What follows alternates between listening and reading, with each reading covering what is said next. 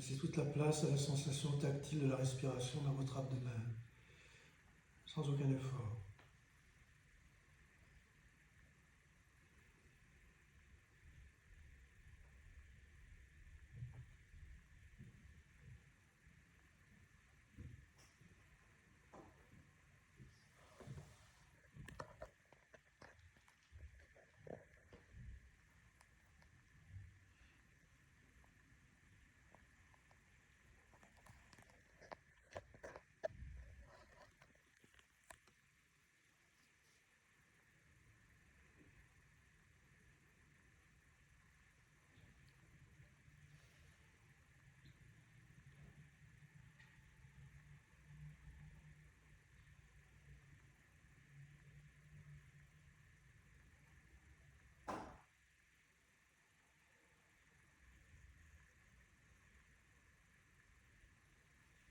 Je vais chanter l'invocation à Shiva.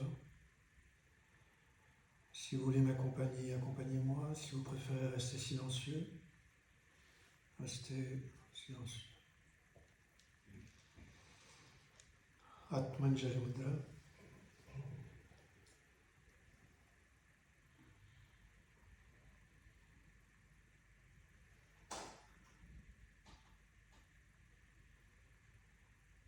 Om Namah Shivaya Gurave Sachidananda Murtaye Nishprabhaya Shantaya Niralamaya Tejasve Guru Brahma Guru Vishnu Guru Maishvara Guru Sakshat Parabrahma Tasmai Shri Gurave Namah.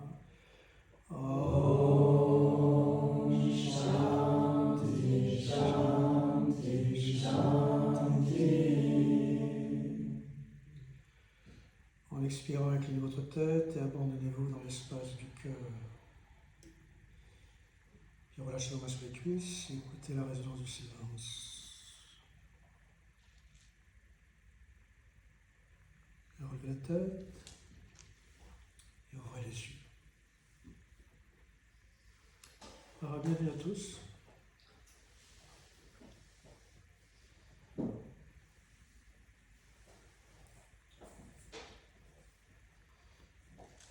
Alors, vous voyez, je suis là, je me dis, qu'est-ce que je vais pouvoir dire? Qu'est-ce que je vais pouvoir raconter, conter?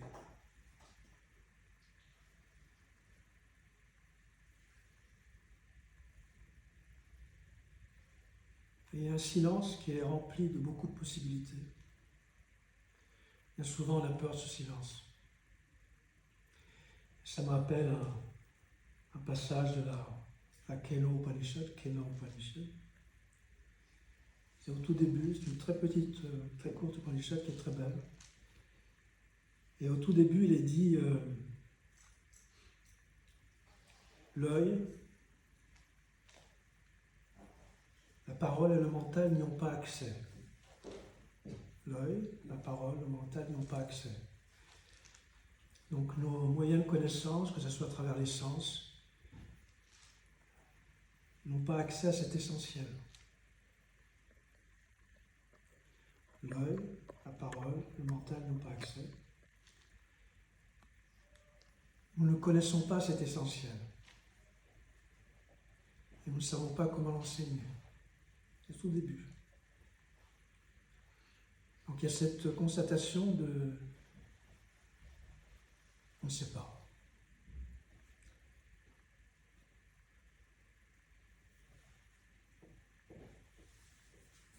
Et donc, on ne connaît pas cet essentiel, on le pressent, mais on ne le connaît pas vraiment. On ne peut pas le connaître à travers les moyens de connaissance. Et bien sûr, on ne sait pas comment le partager. Donc, vous voyez, je dirais que c'est un départ qui est très important. Parce que quelque part, vous voyez, on reconnaît une certaine absence de savoir.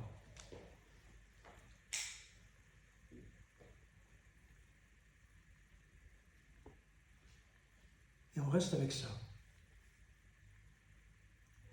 Et à partir de là, il y a beaucoup de choses qui peuvent naître. Alors vous savez que ces rencontres, on les appelle les... je les ai appelées les chemins de traverse. Les rencontres mensuelles, j'espère qu'elles vont être régulières. Et les chemins de traverse où on se perd. Les chemins de traverse, c'est fait pour ça. Et il y a peut-être aussi cette idée, vous voyez, que notre conscience, que ma conscience, quelque part, elle s'est engagée dans le chemin de traverse de Christian et l'histoire personnelle de Christian, pour jouer au jeu de se perdre.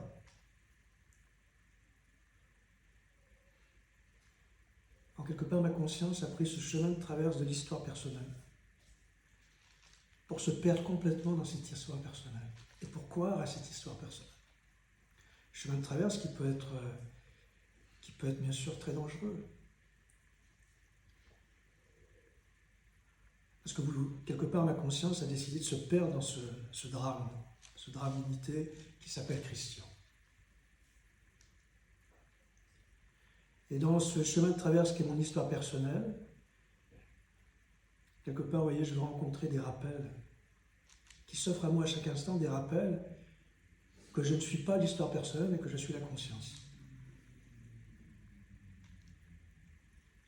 Et quelque part, j'ai besoin de l'histoire personnelle pour me rendre compte que je ne suis pas l'histoire personnelle.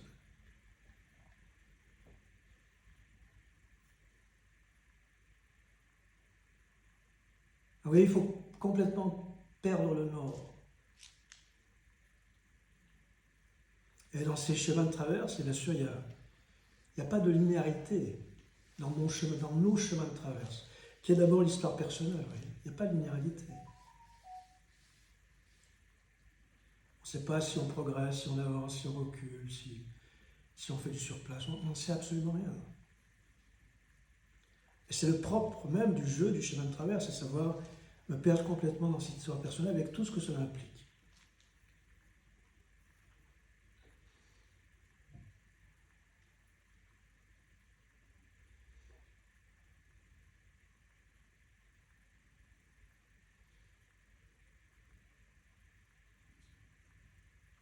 Et bien sûr, dans cette histoire personnelle, il va y avoir des rencontres. Des rencontres qui ne sont en fait que moi-même. On va rencontrer des situations, on va rencontrer des personnes, on va rencontrer aussi des textes, entre guillemets. Et j'aimerais, puisqu'on va aujourd'hui introduire un texte, j'aimerais un peu élargir la notion de texte à ce qu'on entend par texte. Et c'est important avant de nous lancer dans le Vinyana Bhairava. Alors, il est dit que Shiva, quand on parle de Shiva, on parle dans ce contexte, la conscience indifférenciée.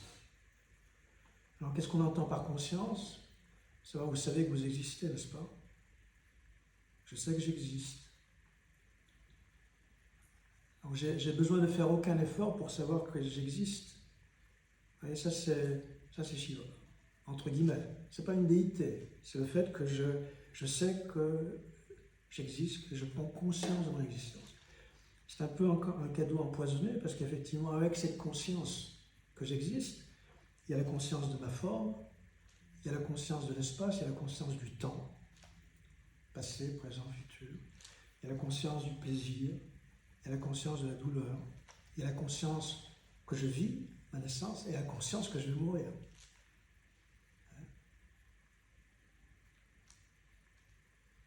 Donc il est dit que Shiva en tant que conscience, de cette conscience indifférenciée, a jailli tous les textes en tant qu'expérience sonique. C'est très beau. Donc à partir de cette conscience, la conscience s'exprime dans la créativité qui est tout cet univers en tant qu'expérience sonique. Ça, c'est le texte. Expérience sonique, vibration. Pas le texte écrit. Bon, on verra ça peut-être un peu plus tard.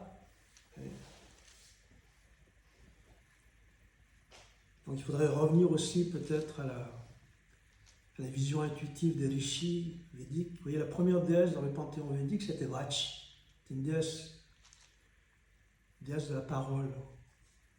Il y a différents niveaux de parole.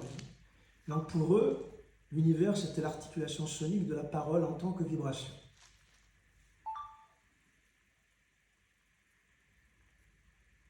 Et cette parole, elle avait cette vibration, qui va prendre conscience à une créativité infinie. Donc c'était la première déesse dans le panthéon védique. La réalité en tant qu'expérience sonique, vibration. À savoir, la réalité, c'est le texte sonique de la conscience. Et donc, bien sûr, ils disent, donc à partir de cette... Et quand on parle de la conscience, c'est pas quelque chose qui était là, on parle toujours de ce sentiment d'exister, vous voyez, qui a plusieurs, bien sûr, qui a plusieurs lectures. C'est pas une conscience à l'extérieur de moi. Et donc, à travers ce jaillissement extraordinaire, cette incroyable créativité, ne serait-ce que ma propre forme. Et depuis des milliards d'années, elle n'a jamais existé, cette forme, jamais. Unique, totalement impermanente. Elle ne se reproduira jamais plus. Donc il y a cette incroyable créativité de la conscience qui s'exprime dans une myriade de formes. Il est dit, dans ce texte, il dit, donc cette émergence d'une myriade de formes, très dure à décoder. Parce que quelque part, bien sûr, il y a tellement d'informations que je ne peux pas, à moins bien sûr d'utiliser certains moyens, comme l'ayahuasca ou la LSD, ça c'est autre chose, ou la mescaline. Il y a tellement d'informations que ça m'est dur de comprendre que tout ça c'est moi et de décoder tout ça. Vous comprenez? Et donc il dit qu'il y a certains traducteurs qui ont décodé ce truc pour en faire des textes. Et bien sûr, cette décodification, c'est tous les moyens de connaissance qu'on connaît, scientifiques, etc., sociologiques, politiques, religieux.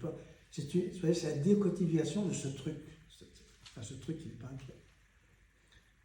Donc il y a des traducteurs, vous savez ce que dit en italien, l'expression traduttore, tradittore. Un traducteur traître.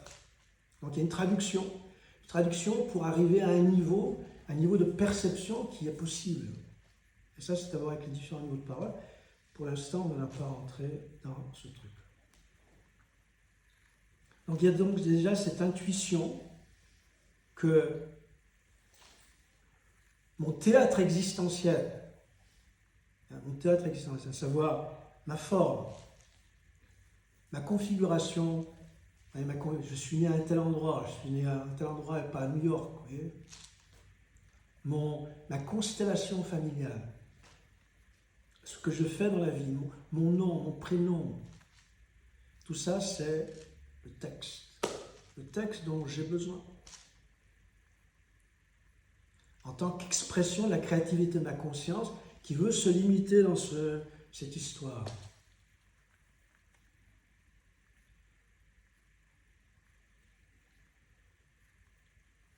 Donc le texte primordial, encore une fois, qui n'est pas écrit, mais en tant qu'instruction, c'est ce que je vis quotidiennement.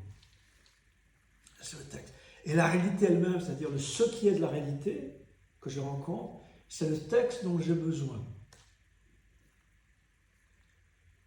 Et bien sûr, cette rencontre avec la réalité, elle est très subjective. Parce que, par exemple, ici, et, je sais pas, une quinzaine de personnes, vous regardez tous chrétiens, vous avez tous une expérience différente de chrétien. Cette expérience différente de chrétien, ça fait partie de votre texte. Donc à partir de cette réalité, il y a des instructions qui vont venir à moi. Ces instructions, je les reconnais, je ne les reconnais pas, peu importe. À chaque situation, il y a une instruction spontanée qui est le texte dont j'ai besoin.